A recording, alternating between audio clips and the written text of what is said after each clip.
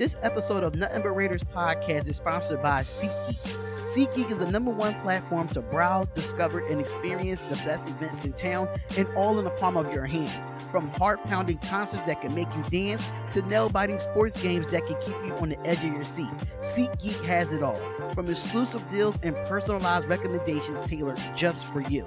Use our promo code SRT and get $20 off your first purchase. So join the movement. SeatGeek. Get up, get out, and get tickets. This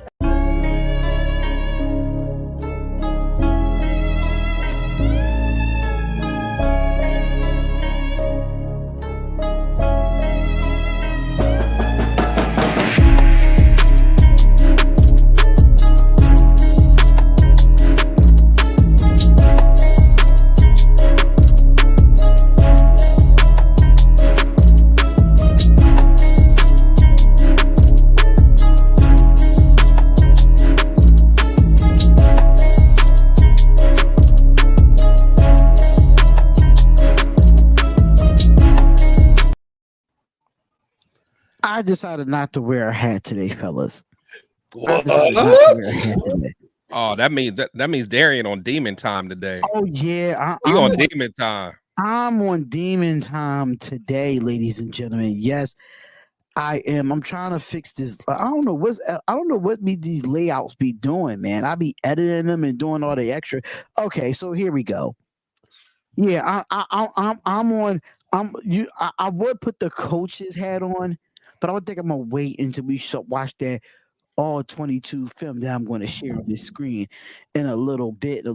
But we back with episode 35 of Nothing But Raiders podcast, and we have a special guest that be on the Nothing But Raiders podcast on Friday nights, 8 p.m. Eastern Standard Time for the Commitment to Excellence podcast.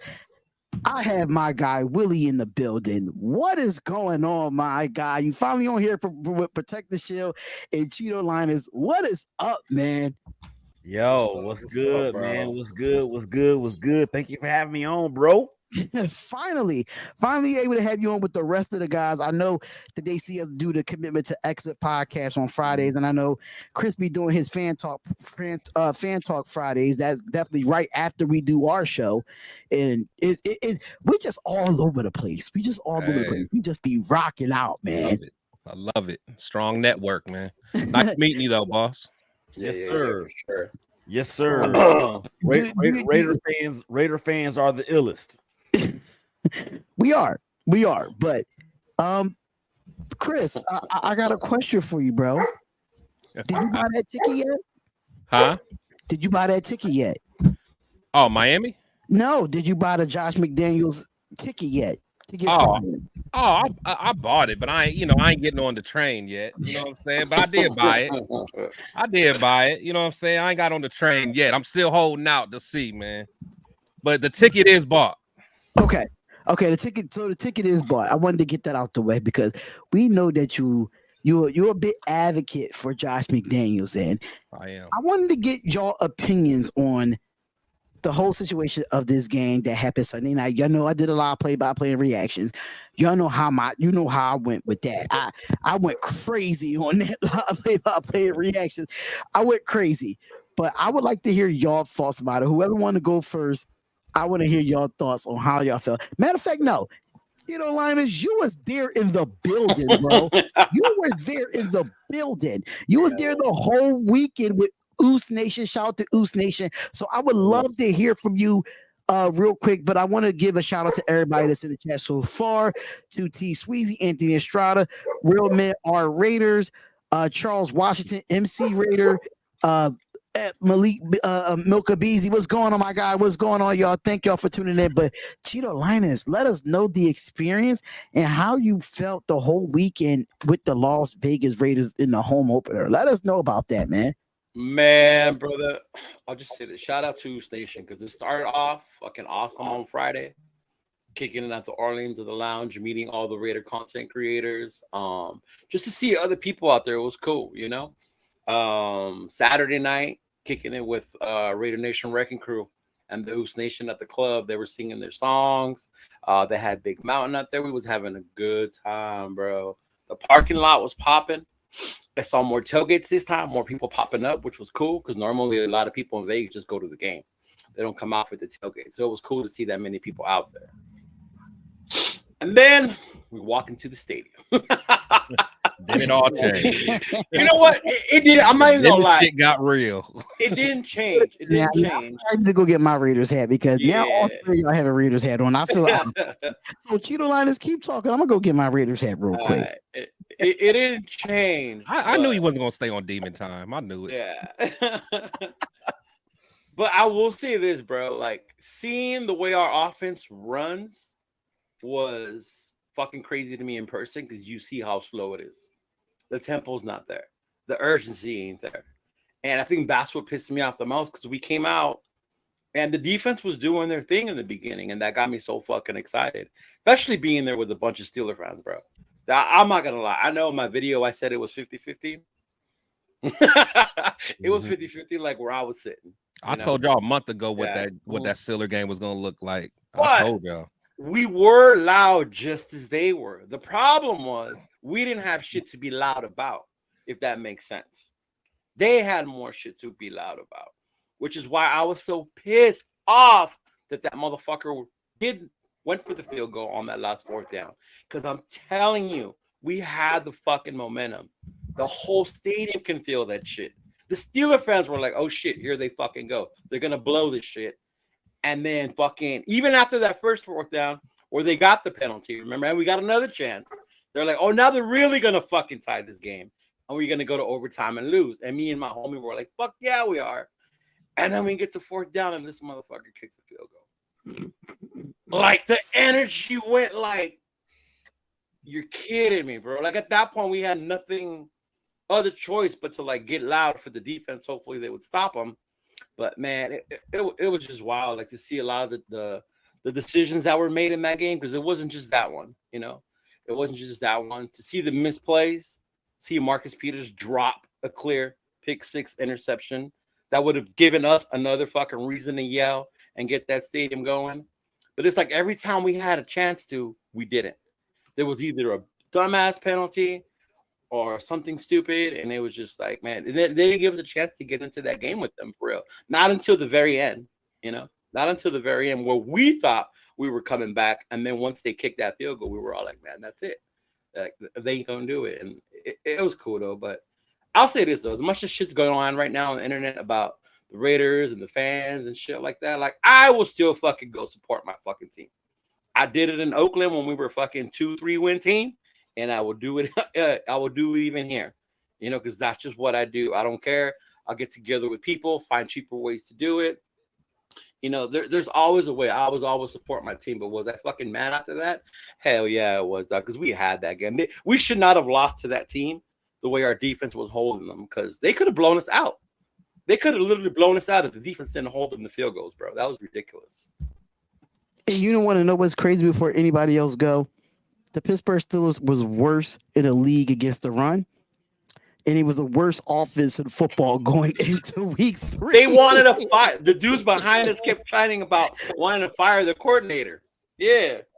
Oh my God. Like even the guys that I know called the Still Twins on YouTube, they had a poster on their live play-by-play saying fire Canada, his offensive coordinator. They wanted to fire the offensive coordinator of how bad he was with the Pittsburgh Steelers. Yeah. I gotta say this real quick before anybody else go. George Pickens didn't really go off on us. Like our receiver core didn't go off. Like they had Allen Robinson, they had the one pass by Calvin Austin III and George Pickens. They really couldn't move. Like honestly, me and Willie talk about it so much how the defense needs to show up. The defense finally shows up, even though Marcus Peters dropped the pick six. I think that would have changed the whole momentum of the game. The offense didn't show up this time. So Chris or Willie, which one of y'all want to go? And you know, I just wanted to throw my little 2 parts in there.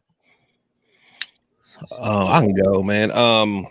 So basically, you know, from my viewpoint, you know, I had a chance to kind of take a step back and really dissect kind of what happened. So at the end of the day, man, we've been calling for the defense, you know, the defense stepping up. And they did that. And this reminds me of a couple games last year where it was like the defense did enough for us to win, and our offense just shit the bed. And then that's what happened this game. You know, they just shit the bed. They didn't. Like honestly, what pissed me off the most was just the lack of tempo, the lack of sense of urgency when you're down. And it's like we never had that like killer mentality. You know what I'm saying? Like we didn't have that Kobe in us. Like let's finish them or let's be aggressive. I mean, now again, like I said, I'm not on the whole fire Josh McDaniels train yet, but I did buy my ticket. But I think, I mean, there's a lot about him that, you know, pissed me off that game, you know, especially that, you know, kicking that field goal, not going for it. But then he also has some good ass, you know, ballsy calls, man, like that 4th and 1 going deep, you know, little stuff like that. Like he had some good play calls. And honestly, if you really, and I know we're going to look at the all 22, you know, there's a lot of plays that he had where there was guys wide open. You know what I'm saying? So it's like, as much as we hate Josh, well, you guys hate Josh. I mean, we got to look at the big picture, man. There's a lot of stuff that, you know, when there's guys running downfield open, you know, that is a player execution problem.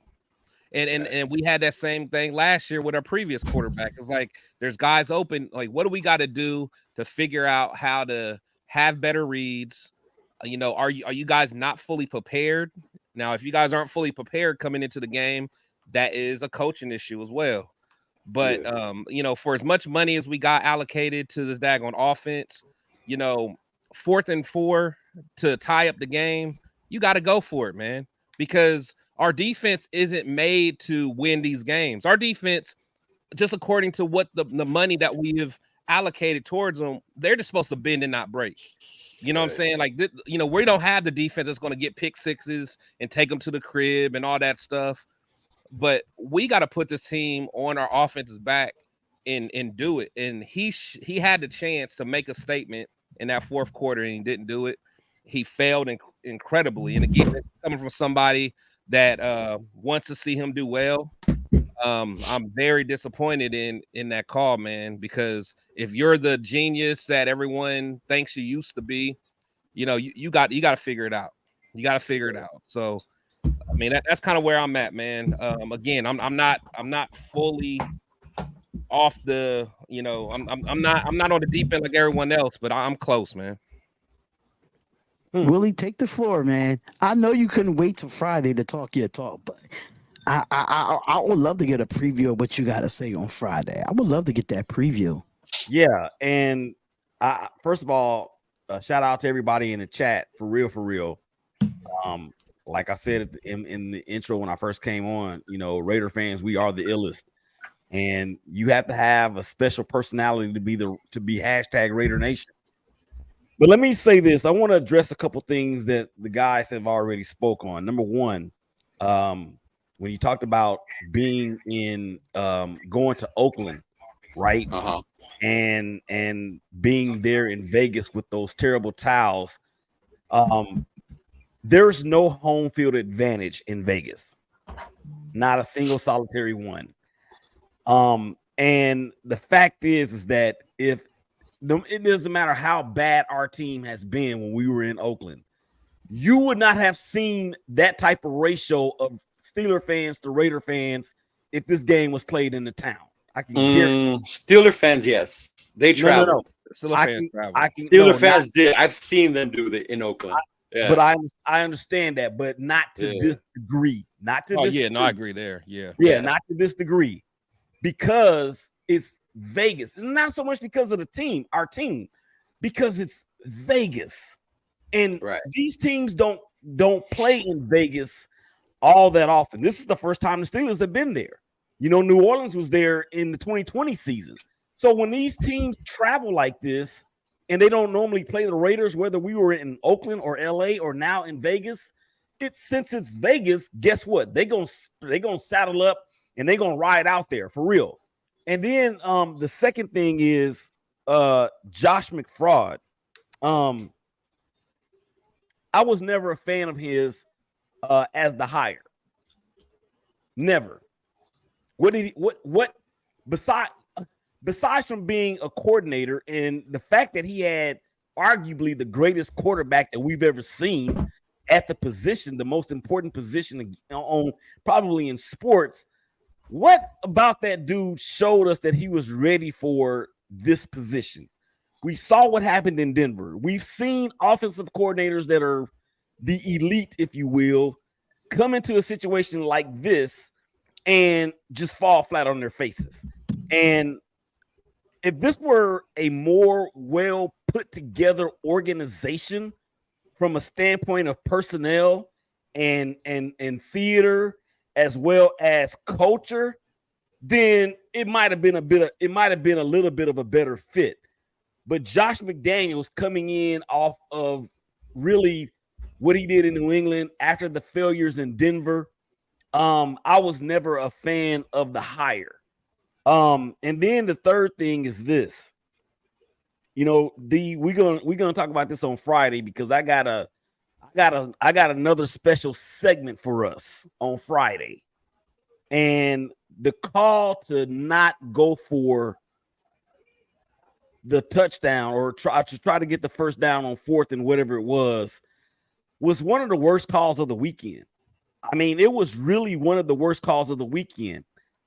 How in the world? Now, I'll give it up. The defense played reasonably well, right? Marcus Peters, dude, you got to make that catch. That's the thing that you talked about yourself about when you were in Kansas City, about how you played like trash and got beat like a bass drum that day. I forgot what game it was. But to make that call or to not go for it after you kick the field goal, right? And then we get the flag for leverage. That was the same drive, wasn't it? Yeah, so think about it. You get the free 15 yards. You get closer to where you need to be, but time has come off the clock during that span.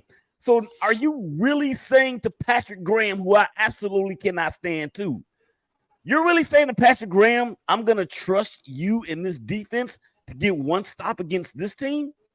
They showed us what they did. They showed what they did last year to us in Pittsburgh.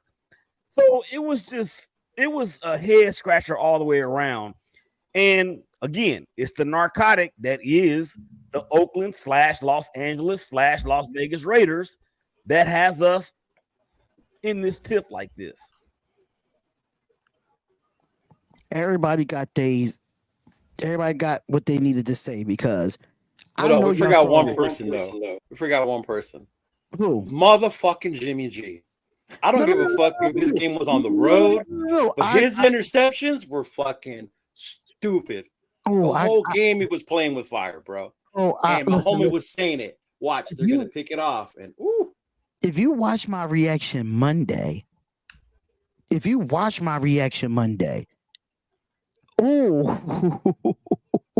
today, let me tell y'all something, man.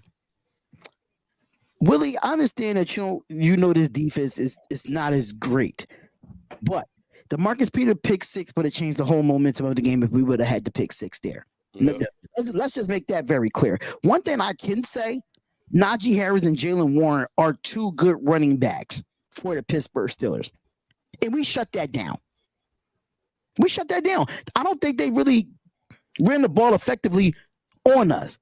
Even though we have terrible defensive tackles, we still held our ground in that situation. Marcus Peters as a corner. When do you ever see Marcus Peters blitz and get tackles in the backfield in his career? We don't see that. He played a good game besides the one big besides the drop. Yeah, besides that drop and that big play they gave up. I think in coverage, I think the defense was just on the field too long. By the time we got to the fourth quarter, we were burnt out because our offense could not stay on the field where the most of our money is at. Now, I'm going to tell you all this right now. When we watched this all 22, because I started watching it before this live started, this offensive line can't move shit. Mm-hmm. They move nothing. Oh, they got killed. They got from a run block standpoint. You're right. Yeah, you're right. Mm-hmm. Even a pass blocking standpoint. I'm not mad at their pass blocking. Honestly, they let Watt in by himself one time, bro. But 44 dropbacks, man, against arguably a top three. I mean, but that's what I'm getting to. Jimmy G is not a quarterback you throw the ball 44 times. Absolutely. He's not. And I said this on Reaction Monday. We ran the ball only 19 times, and then when we did start to get a running game, we was in up tempo. Oh, hello. Exactly. That's it right there. That's it right there. Here. That's it. And why you just couldn't keep going with the up tempo? Me personally, the whole fourth quarter should have been up tempo. For real, it should have been. They were hella slow the whole fourth quarter. That pissed me off, man. From the fourth quarter on. Yeah. I gotta move my finger like, let's fucking go, bro. Let's fucking go. There was no urgency. McDaniels love these methodical, long-ass drives to wear defense down, but we're down right now. We need to score, and we've been struggling to score the last 3 weeks. You can only be methodical when you got a run game. If you ain't got a running game, you really can't be methodical, really. It's like, you know what I'm saying? Like, I don't know. But I'm saying from this team, it was no sense of urgency at all.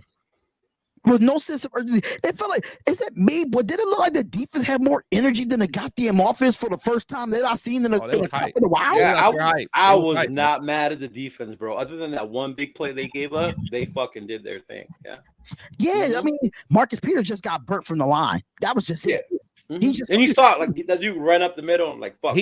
I think he thought he had F's over the top leverage with he thought he had inside with Marcus Epps. Yeah. Okay, but thought Epps had him. It's so many things that I can dissect in this game. And I'm not really worried about the fans because I was not surprised that Steelers fans was going to be in the building. I'm not surprised every week when it comes to the playing in Las Vegas, it's going to be more fans there in Las Vegas than it is our own fans because people ain't going to pay money for a product of putting all that investment into our offense to not score 20 points. Even though the Broncos got their ass whipped, they scored 20 points. They scored 20 points. That's what I'm saying. They got their ass handed to them, but majority outside of the Washington Commanders, every team in the league damn near scored 20 points, at least. The Cowboys didn't. Ridiculous. Yeah. We got 18, but still. But outside the Washington Commanders, damn near everybody scored 20 points. Something has to give when it comes to Hunter Renfrow, or it has to come to these tight ends getting involved. What was the point? They be open. Hey, Darren, they be open. What was the point of going getting Tucker in the third round and you're not going to utilize them? But they be open though. When we watch there's plays that they're open. You'll see one play where Michael Mayer was open in the end zone. Yeah, they're open, man. But Jimmy had someone up in his face and he couldn't get him the ball. So it's like, whose fault is that? I mean, again, it's not only one person's fault. Like, I'm never going to be that Bert. I'm never going to say, because this is the ultimate team sport, and I'm not going to say it's all Jimmy's fault. But Jimmy got to step it up, man. But I as much as I want to just kick McDaniels while he's down, there's plays drawing up where there are guys wide open. And there were, you're right, they were. And this is what we talked about last week, Chris, too, and also about us being one fucking dimensional right now because we can't run the ball. Right. We can't run the ball. Like, if we said amongst us, bro, by week 3, Jacobs would only have 104 yards total rushing on 48 carries, I'd be like, bullshit. Right? Yeah, 48 fucking carries, 104 yards, and he's only averaging 2.4 yards a carry. He did have some nice runs in this game, but the thing is that there's no consistency, there's no urgency, and maybe it's because this line, for whatever reason, just simply forgot how to run block. I don't know. It seems like this season, that's what they forgot. Yeah, exactly. This season, like we went into this week, giving up 0 sacks, right? That's a sole reason why I was like, okay, eventually this thing's going to work because this is virtually the same line as last year besides the right guard. And I'm like, okay, JJ was offered, the offseason in the camp or whatever. Okay, give them a couple weeks and it's going to be okay. So I'm thinking to myself, last year, I was worried about the pass block.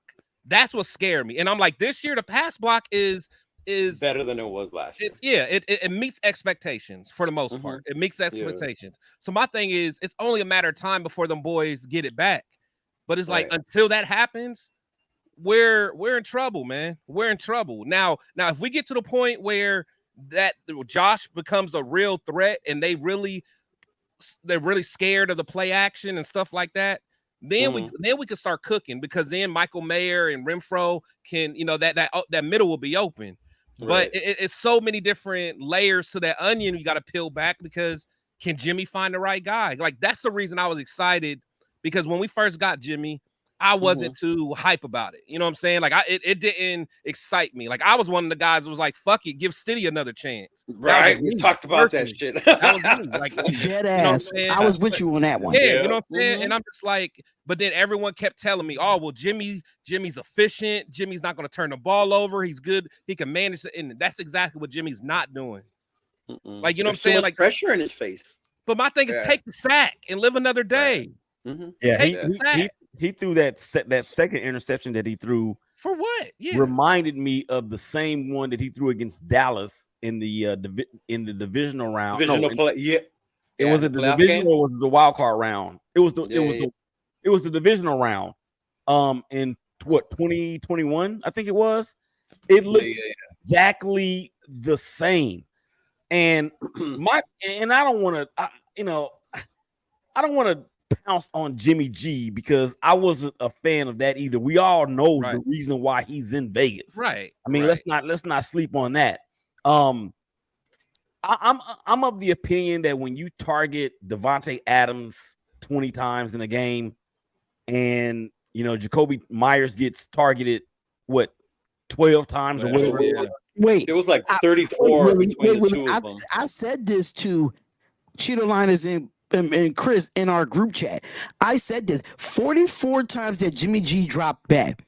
32 of the 44 that he dropped, them 32 targets went to Jacoby Myers and Devontae Adams combined. 74%. 74% the passes went to one of them too. So now what? I mean, your running game isn't working. You're basically staring down two receivers throughout the entire game. That is going to be so easy for defensive court. If we can see it, easy. If we can see it, man, D coordinators are seeing it with the ease. So it's like JJ, the thing, and we talked about this on the CTE podcast this past Friday. Y'all need to. Can we get these guys on the CTE podcast, D? Yeah, we could probably get them on, because I know Chris do his fan talk Friday at 10 o'clock. So okay, we can get them on for the CTE podcast. Absolutely. We'll work that out. And this is what we talked about. This is what we talked about. Josh Jacobs, although he was not incredibly used that much in terms of touches at Alabama, and he came out with the fresh legs, and we know about all of that. Josh Jacobs is not a speedster. He can run between the tackles. He can break away from you. But he's not going to be that guy that's just going to be an automatic home run threat when you see him get the ball. Right. What makes Josh Jacobs special is his elusiveness and his ability, and his vision, and his ability to get those yak yards. So for Josh, the type of runner that he is, he doesn't have to have A1 blocking to do what Josh Jacobs does, because of the elusiveness that he has shown us over the last couple years. But when you miss the entire offseason, it's going to take you some time to get that back. And he even said it himself. I stayed in shape, but you can't replicate getting hit. You can't replicate having the pads on and the timing and all of that. So I'm not as concerned as some people may be about Josh. The only concern, or the biggest concern that I have, is him potentially getting hurt because of all of those nagging, because of the nagging soft tissue injuries that we see running backs get when they hold out like this. But I mean, and then for Devontae, did y'all hear what Devontae said the other day? Well, I mean, I was going to get into that. He said he has no time to wait around. My bad. Number one. But I wanted to piggyback off what you said, Willie, when it comes to Josh Jacobs. Like I said before, it started to get going when it's up tempo.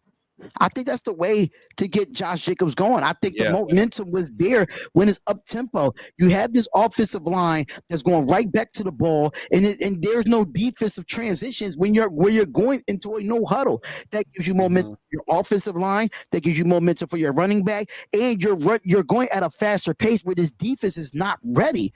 So it gives your offense continuity, plus it gives time for Josh Jacobs to figure out, okay, I'm seeing the same front that I saw in the last down, and you're not changing players on defense. Cool, I can run off of that. And I think Josh McDaniels forgot, like, listen, understand that you wanted to score really quickly, but at the same time, you should have came back out there instead of kicking that field goal. You still should have went for it on the fourth down. After that, if you would have gotten it on the fourth down, stay up tempo after that. You know what I'm saying? If thing broke, don't fix it. That's the old term that everybody knows that I use a lot. And kind of Josh Jacobs tried to fix something that wasn't broke in that situation when we did go up tempo. So I think right now, if you're knowing that Jimmy G might not, knowing he's not going to play because of the concussion protocol, if you're Aiden O'Connell right now, you need to go up tempo with Aiden O'Connell. Was that to get Josh Jacobs going? D, real quick, man. Yeah. D, real quick. We got some breaking news, man. What's up? Chandler Jones apparently has been taken to a hospital by the LV Fire Department and later transferred to a behavioral facility and will be transferred to a behavioral health facility or last week. That's what he said. It was against his will. And the beat goes on. I mean, I saw a picture and a video of Chandler Jones, and he look like he's on crack. I'm sorry to say. He look like he's on drugs. Oh, Look, man, to go back what you were saying about the up-tempo, that's my frustration with Josh McDaniels right now. Like, you see what they're doing to you. You having trouble protecting Jimmy. This is the Pittsburgh game, right? Those D linemen are busting through there. Adjust to that shit. Throw a screen. Throw a quick pass. You have freaking Tucker. You know, that one play they did to DeAndre Carter where he got a big run off of that shit, right? Like, do shit like that. Throw them off. Right now, they're just so predictable that everybody knows it's either Adams or Myers. Adams or Myers. That, and then we hand it to JJ up in the middle every now and then. Or even running diagonally with JJ, trying to run around and shit. It's like, what the hell are you doing? And they have to pick it up. You don't see that urgency in him. It's like, what the hell are you doing? Like, you're supposed to be getting this team down with this offense. And every time we took a step forward, it was backwards. Forward, backwards. And it's the same shit, bro. It's ridiculous. So let me ask y'all this. So if you guys were besides the bad call, but what do you so going into this next game, what would your plan of attack be from just an offensive standpoint? So if you were Josh McDaniels, you know, what are you going to do? Like, what are things that you're going to implement? So I know, like Darian said, have some more tempo and things like that. So what are some other keys that you guys feel that could help us immediately? Like what can give our offense a spark? What can we do to get our running game? Because honestly, if we don't get our running game, it don't matter about anything else. Yeah. So do we need to shuffle some people? Does Van Roten need to be benched, or what needs to happen to get this running game going, and what needs to happen just holistically for offense to get things going? I think. All right, so I'm gonna go first on this one because I did mention it, and I'm an offensive minded coach, number one. So the best way for your offensive line to get going is get out in the quick screens. Get out in the quick screens. Get them out in the jet sweeps. You have to use your talent in so many ways. And you have a speedster in DeAndre Carter. Get him out in wide receiver screens. Get the ball out of Jimmy G's hands quickly. After you get like five or 6 yards on a speedster from DeAndre, I think it's DeAndre Carter, if I'm not mistaken. Then you go right up the tempo and get some off tackle. Get some off tackle. You got to be balanced in the up tempo. You got to go no huddle. Simple as that. The first 10 plays on the first drive to get this offenses flowing. The first 10 plays that you script out, they have to be up tempo. There's not going back to the huddle, calling nothing. You have to have that ready to go. Simple. It's simple as that, because that's how you get your offensive juices flowing. That means that they don't have to worry about Jacoby Myers. They don't have to worry about Devontae Adams on them drives. You could go to Trey Tucker on the jet sweep on a second and 2 or manageable downs. You don't want to get into downs that's 3rd and 10 or 3rd and 11. You want to go into it 3rd and 3, 3rd and 2, 3rd and 4. More manageable when it comes to it. So if you're Josh McDaniels right now, get Trey Tucker involved. Get on some tight end screens. Do a tight end screen to Michael Mayer and get him yards after the catch. Y'all must not. Anybody didn't watch Michael Mayer at Notre Dame? When he catch the ball, he could get the yak.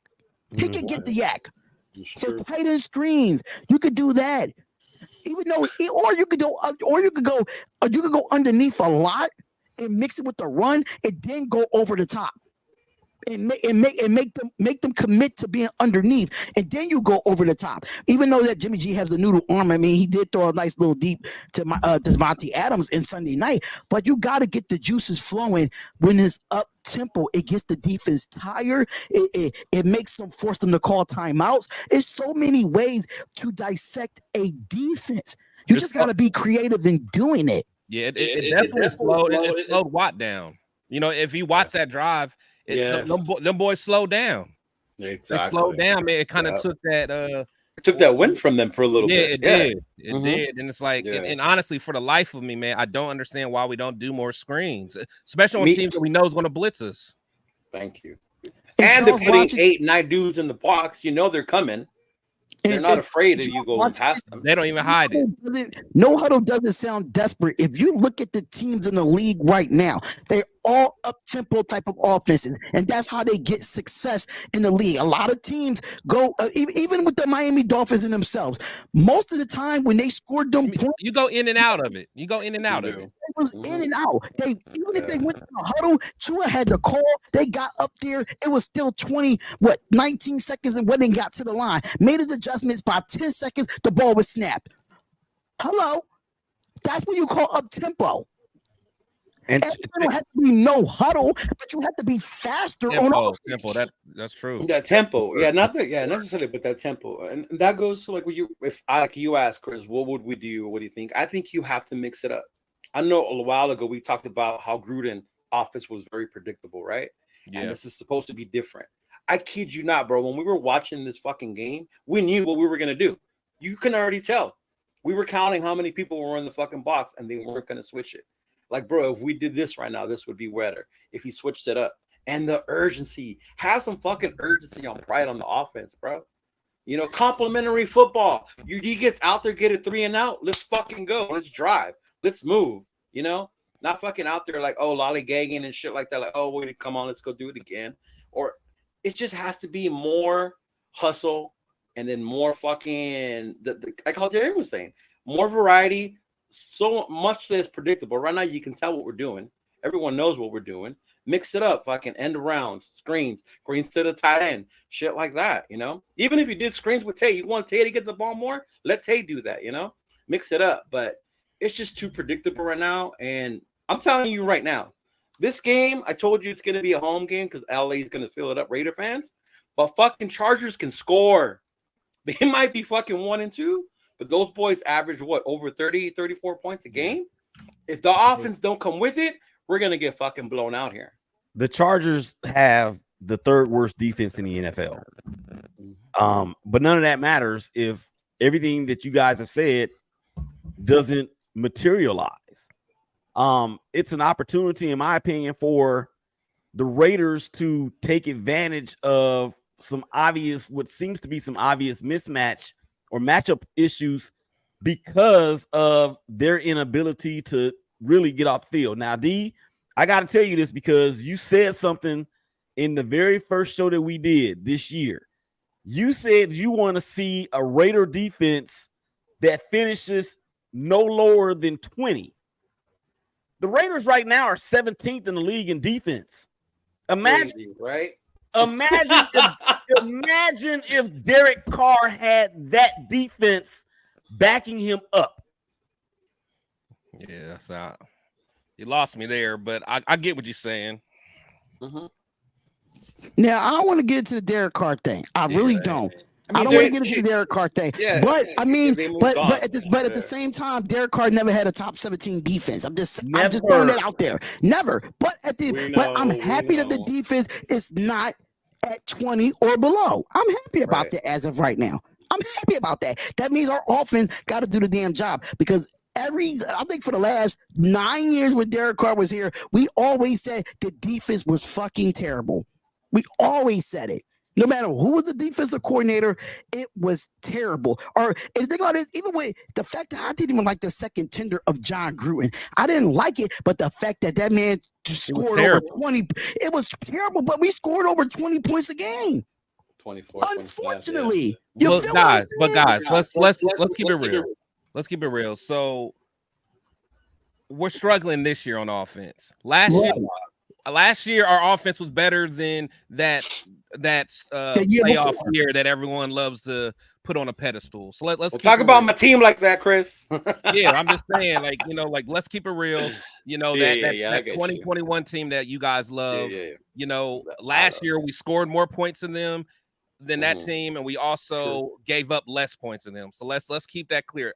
Gruden was not doing good. I don't know why all this talk about how much Gruden, like how we would be doing so much better under Gruden. I don't think that's the case.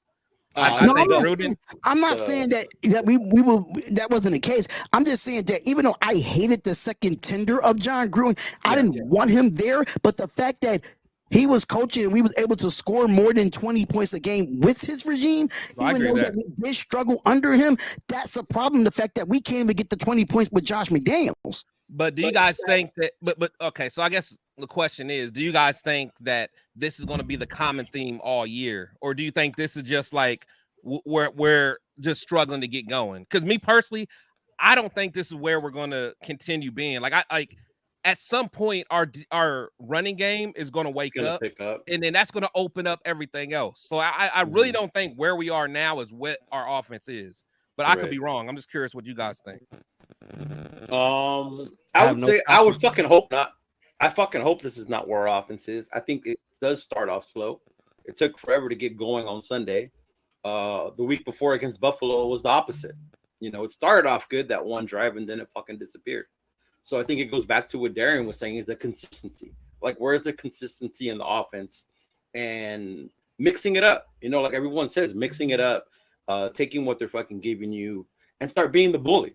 The game just be creative. If you won 6 Super Bowls with the New England Patriots, you was creative. Those 6 championships that you had, you was creative on offense.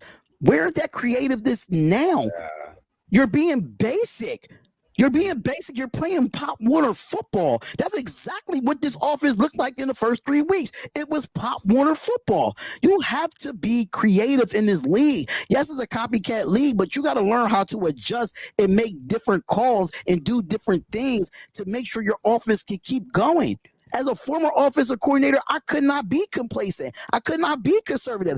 I had to be aggressive. You know why? Because every week I had to make sure I had to bring something different to the table. So now the defense didn't see something that we never saw before. Yeah. And I get it. There has been his moments, like Chris said, that 4th and 1 where he fucking threw it, fucking beautiful. Even when we went for the 2-point conversion, Michael Mayer was wide the fuck open.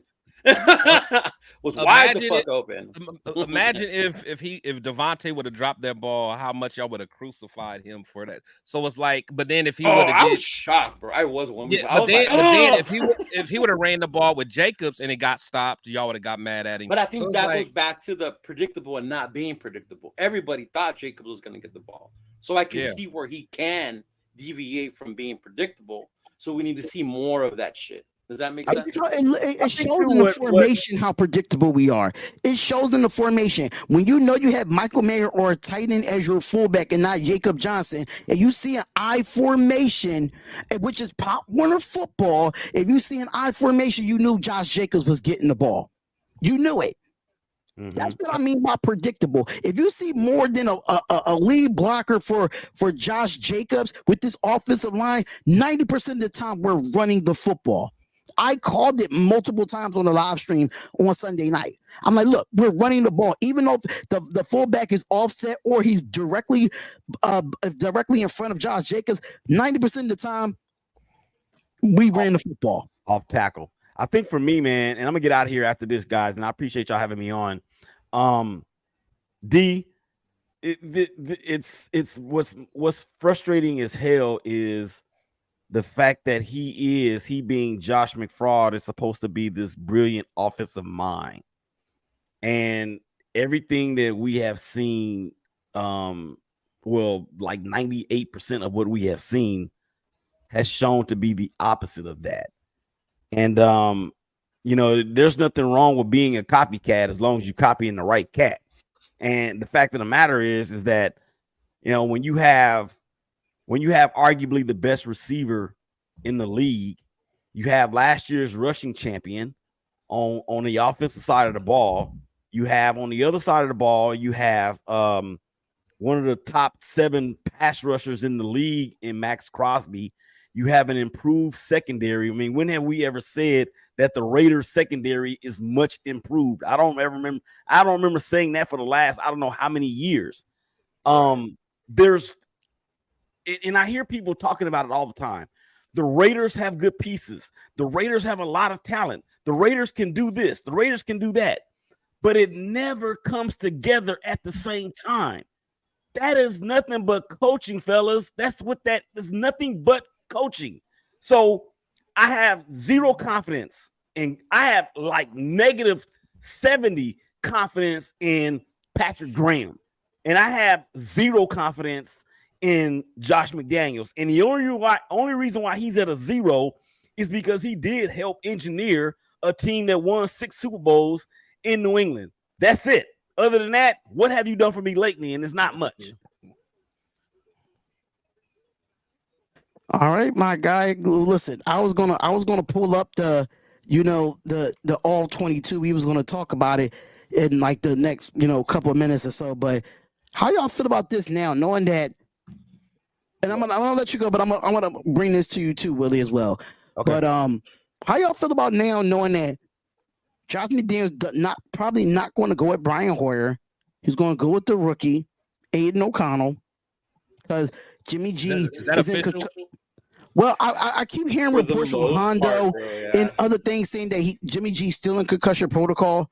So, from what I'm hearing, is saying that Josh McDaniels don't want to go with Brian Hoyer as a starter, but they'd rather go with Aiden O'Connell than Brian Hoyer. Me personally, I would rather go with Aiden O'Connell than Brian Hoyer. The man been on all 32 NFL teams. I'm just saying, with the ball head that's probably shinier than mine when I shave it. I'm just saying, but I just had to throw that out there. Unfortunately, don't ever get a bald head. I don't want to see you with a bald head. Hey man, that head ain't meant to Why be do you think bald. I wear hats? Yeah, that head ain't meant to be bald. You be bald if you want to be. My hair. You can't rock the baldy. How you think I didn't cut it low? Because I'm already receding. That's why I'm letting it grow. I'm already receding a little bit. That's why I ain't cut it too low no more. I don't do that no more. But how y'all feel about this with Aiden O'Connell possibly being a starter going into LA? I mean, what are y'all thoughts about that? Possibly. I'll start off real quick. I think it would be a cool thing because there's no tape on him. So it'll be the steady effect. Preseason tape, but other than that, not no regular season tape. That's what I'm saying. There's no real tape on him. Mm-hmm. That's an advantage. I mean, that kid can sling it. I mean, we saw what he did at Purdue. He was very good in the preseason, albeit it's the preseason, but he can sling it. He can sling it. He was in shootouts with Stroud from Ohio State and all the rest in the Big Ten. Michigan. I'm like, yo.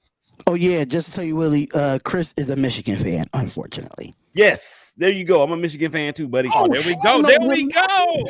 There we go. That backfired. JJ Heisman.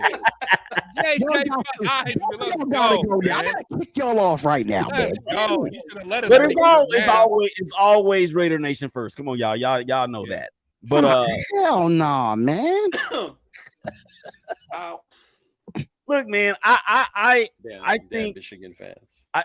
Brian Hoyer is only on the team to help with the development of the 2 quarterbacks is there now. Yes. He's not really. I mean, the dude can't even throw the ball 15 yards in the air, I don't think. So, no. It would be a worse. Aiden O'Connell will definitely give us the better chance to win should Jimmy G not be able to play. Yep. Chris, Cheeto Lions, how y'all feel about that? Probably Aiden O'Connell probably being a starter. You know what? Given that I don't think anybody's cleared concussion protocol this week after the first week, Jimmy's not going to play more than likely. If we're at that point, LA's not going to be hostile. It's not going to be hostile. I'm cool with it. I'm cool with it for real. Based on how he played, see what the kid's got. Maybe his arm is stronger and he can stretch the field, and then that opens up the run game. You know, whatever to this point, whatever it's going to take, if that's what it's going to take for them to start doing differently and perform. I mean, if you follow the kid's story is amazing. He came in as a walk-on, you know, at Purdue, took over as the starting quarterback on a Big Ten conference team. You know, like Willie was saying, you know, he took on the Ohio States. He took on those teams, you know, and he did his thing. He threw almost 530 yards in the Music City Bowl against Tennessee and beat us in the Music City Bowl. See? So the kid has it in him. Some kids are just winners. You know, some kids are just winners. So if he goes out there and he does his thing, I'm all for it. Because like you said, at this point, what do we have to gain by throwing Hoyer in there when we know what Hoyer is and what Hoyer can do? You know, so let's just throw the kid in there and see what happens.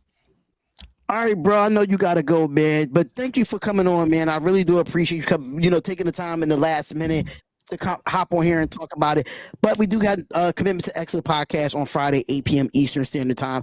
Hopefully we can have the fellas on and we could talk more about this. But Willie, I appreciate you coming on last minute, bro. I really do. Hey, man, no problem. You know I got you, bro.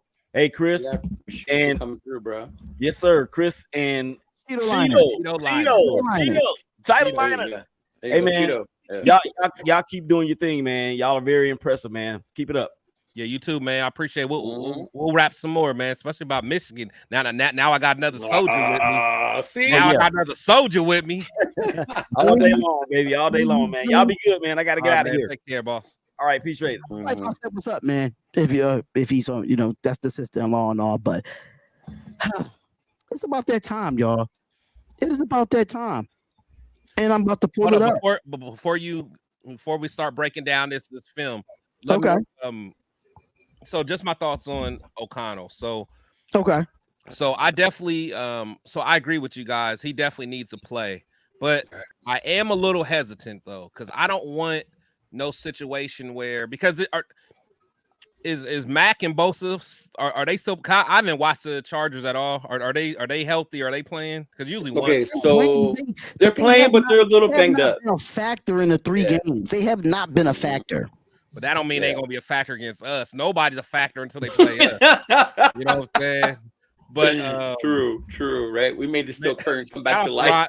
Shout out to Ron Jeremy in the comments. Right when I said break down some film, he comes up. Shout out to Ron Jeremy. Yeah, that's funny. But anyway, no, the Charger defense. Go back to what you were saying. I do watch them because they're here or whatever. They haven't been what they were supposed to be, like they do every fucking year. The scary thing with the Chargers is that fucking quarterback and that offense. The thing that's saving us, Mike Williams got hurt. Right. Yeah. So now it's going to be Keenan Allen, and I believe they're going to throw the rookie in there because they got Palmer also. So you are going to see more of the speedster, more of the Quentin Johnson type shit.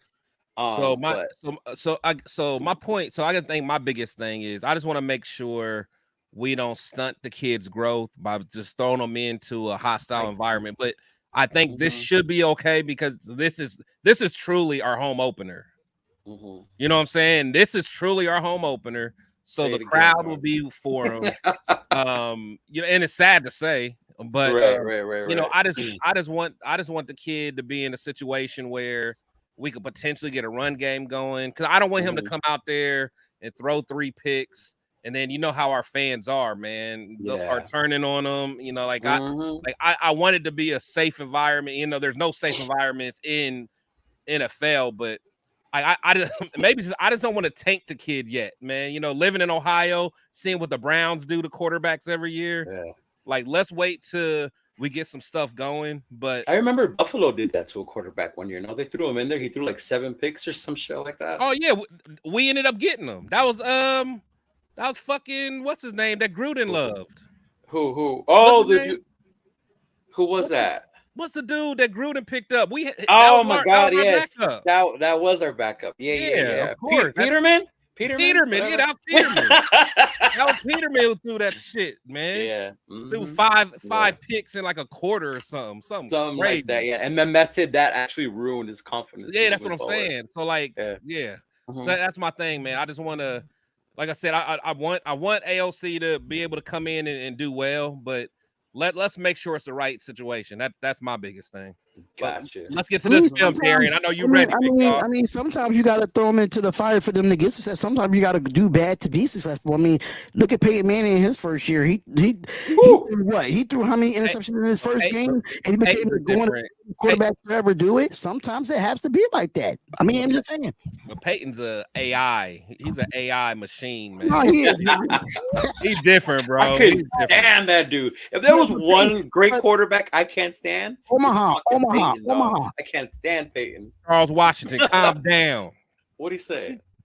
Sound like Jackie Gleason. Damn, hey, bro. Man. Peter, Get off man. my neck. Yeah, but there you go. We got the all 22 right here. I don't know. Do y'all need me to zoom this up a little bit more, or let me know? I'm good. I can see it. You know what? Let me get out of here. I just can't see the comments. I'll put it full screen. Yeah. There you go. Y'all tell me some wild comment comes up. No, you're good now. There's a way that you can kind of make it like full screen or some ish like that. I don't know good. how you do it. It's my vision, dog. It's my vision. So as long as you do it like that, we're fine. Yeah. Okay. So I'm trying to figure out what the hell just happened.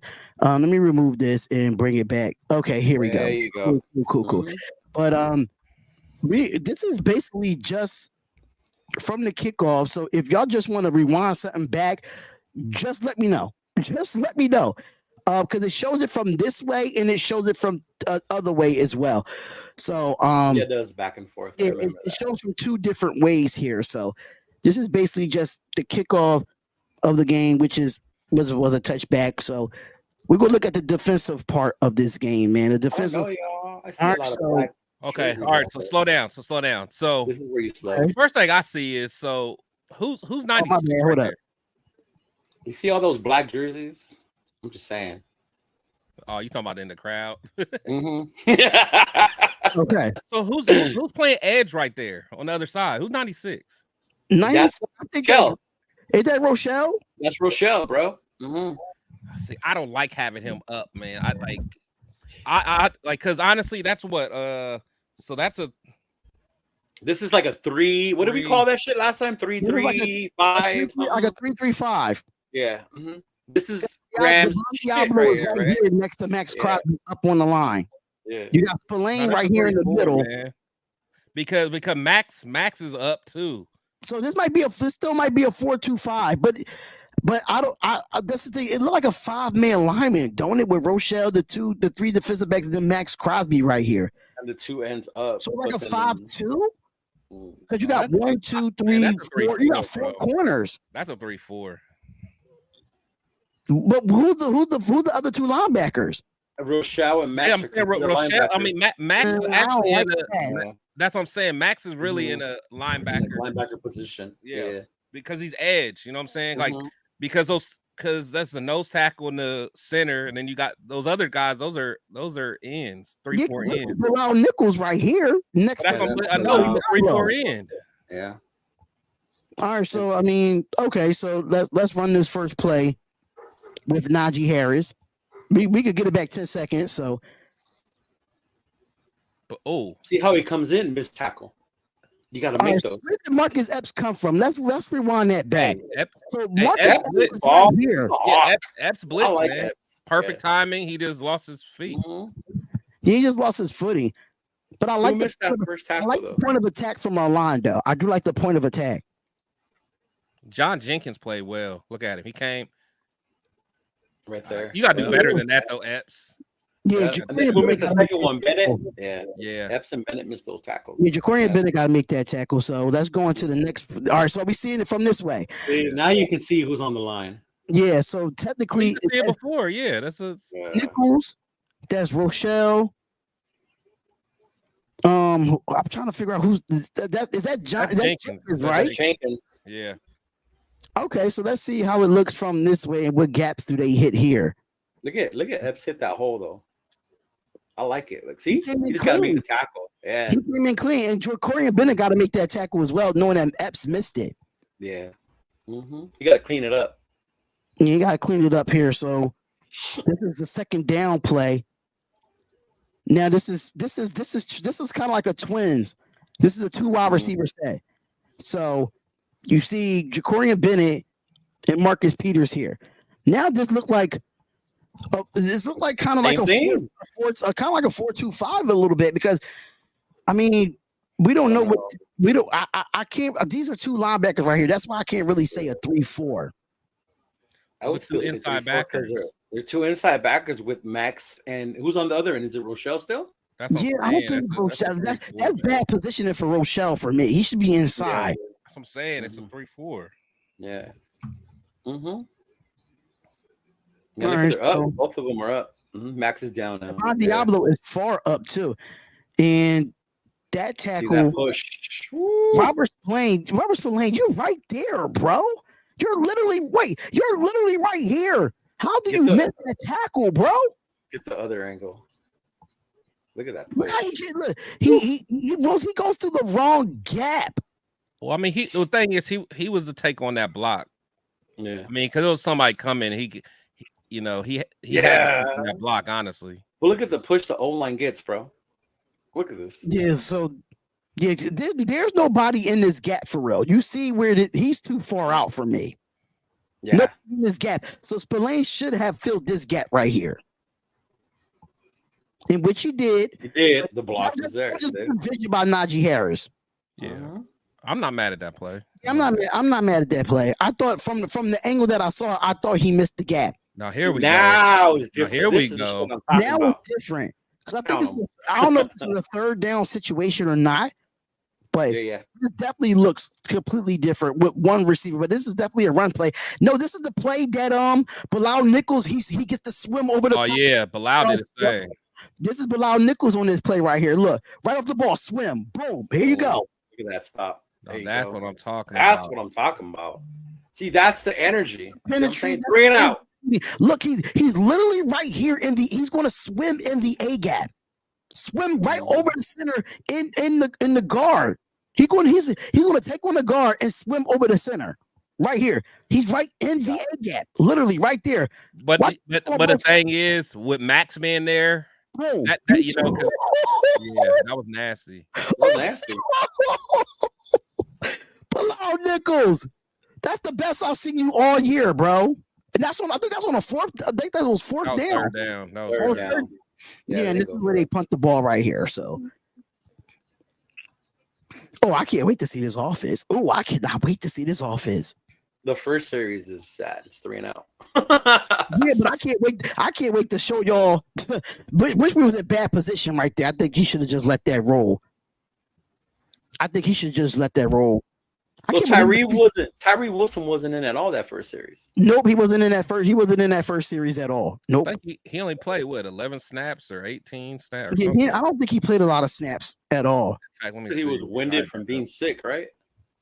Yeah, he had an illness. Okay, so we are in shotgun set with 1, 2, 3, 4. Matter of fact, is that Austin Hooper and Michael Mayer right here? So we're in the 3 wide receiver set with 2 tight ends at split. So it's technically a 5 wide receiver set here. Well, I think that's JJ at the bottom. It's an empty.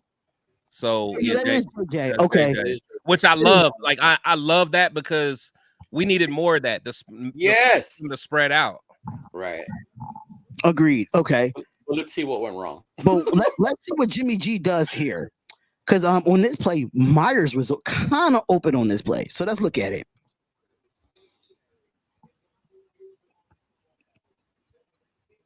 Kinda. He was wide open. JJ was open. Who's in the middle? Angle, JJ was open. This angle, you're not gonna really see Myers right here. Doesn't go that back. Whoa. Let's move that back. The ball was already out though. Yeah, it was a quick throw. It was it was a quick throw. Yeah. I think the play was designed that way. The play was designed for Devontae, but it looks like he didn't even look that way. Yeah. Hey, but to be honest though, the key to that play is I don't think Jimmy was expecting JJ to rush or TJ to rush. To be quite honest, he was probably surprised as hell that he rolled back in that zone because that could have been picked, honestly. If TJ took a better angle going, he could have made a bigger play on that. Yep. Yeah, right. Because I think that surprised him. He was like, oh damn. Yeah, that was designed that. But this again, it's part of the script, right? You expect Watt to come. So right. So in this situation here, right, you see that we have more offensive alignment to the right side of the field. You see this, right? It's the right side of the field, so you can tell that this is more predominantly going to run to the right side of the ball, knowing that you have two receivers to your left and you have your tight end here. I think Michael Mayer comes in motion in this situation, but look how Dylan Parham in this line get pushed back at the point of attack. This is the play I was talking about. Boom. Everybody just standing around. But that's what I'm saying. Like that's why I don't like the whole JJ ain't doing what he's supposed to do talk, man. It's exactly like I don't care if it was Marcus Allen, man. There's nothing there. There's nothing there, man. There. And look at it here. Look at it here from this angle. This is the best angle to get it from. Count how many people in the box. That was 1, 2, 3, 4. Look at that. Austin Hooper. Actually, you know what? Hold on. Go back. How does Austin Hooper get to the second level before your offensive lineman do? No, actually, no. The problem is, I think that Michael Mayer, didn't get the block. Yeah, Michael Mayer didn't. He missed his block. And Dylan Parham's pull was too damn slow because he was already in the backfield. Watch when Dylan Parham pulls. He gets if Mayer goes inside, that is giving JJ a lead block. Mm-hmm. There was nobody out him from the outside of block. Look, where's he going? Yeah, he didn't see that properly. Mm-hmm. And then that's it. That's the shit he has to learn. Yeah.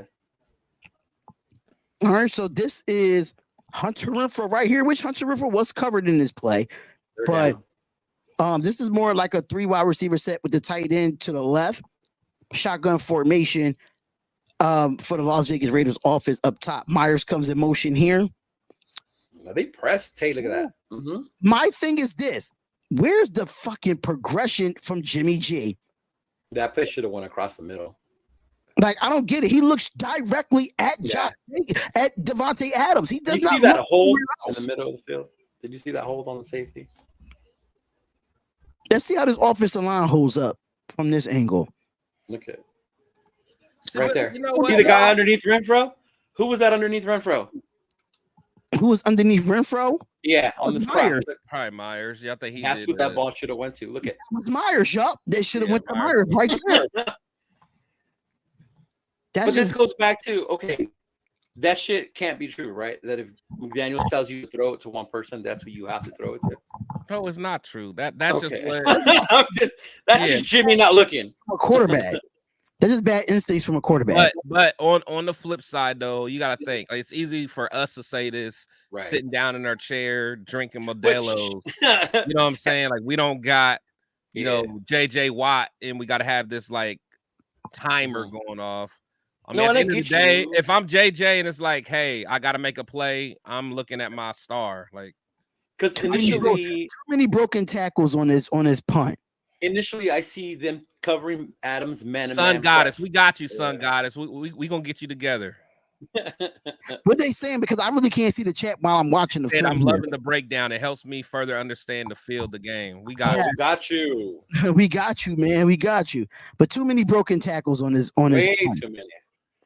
Where's Bolden? Where's special teams guy? Dog, don't get me started. That's Terrence's boy. That's Terrence's boy. You know I had to, Chris, man. All right, so that look more like a 4-2-5 here because you see 5 defensive backs. This is a 4-2-5. 1, 2, 3, 4, probably 6. So it's like a 4.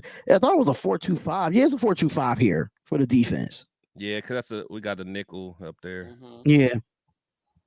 Look at it. That's good defense. That's good defense. That's actually a good way to by everybody. About Devon Diablo. That's good. Solid by everybody. Even Trigger Trey. Even Trigger Trey got in there. Trigger Trey Morrick.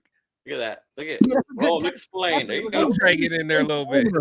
That's a good way to scrape over by Robert Splain there. Yeah. So we still in the 4-2-5 here. Second down. And here goes. I don't understand why Max is there. Okay. Technically, that's cover 2. That's the 4-2-5 cover 2 here. Because you see him right here. He goes strictly into the flat. That is a cover 2.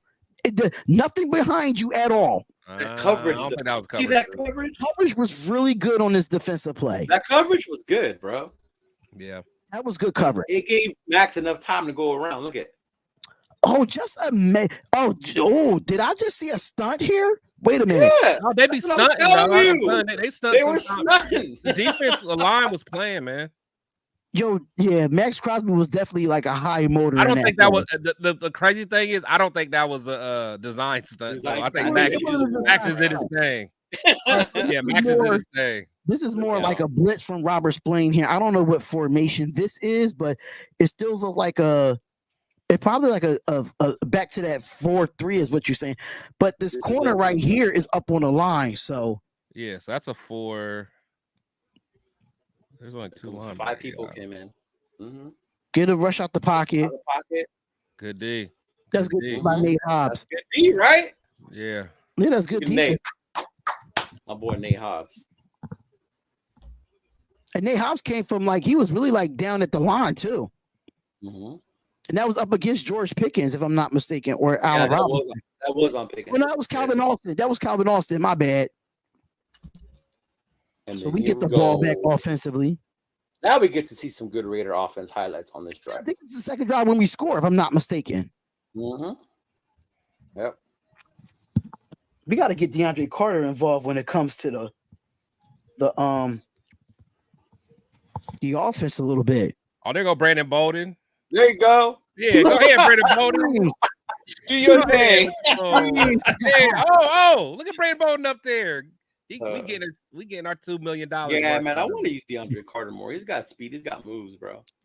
All right, here so we go. This offense right here. So we don't see Hunter Ripper out on this play, but there's a 2 tight end set with Myers. Mostly 2 tight end set. It looked like it's going to. I think this was a pass, if I'm not mistaken. Tucker down there, right? Yep, that's Tucker down there. Yep, at the bottom.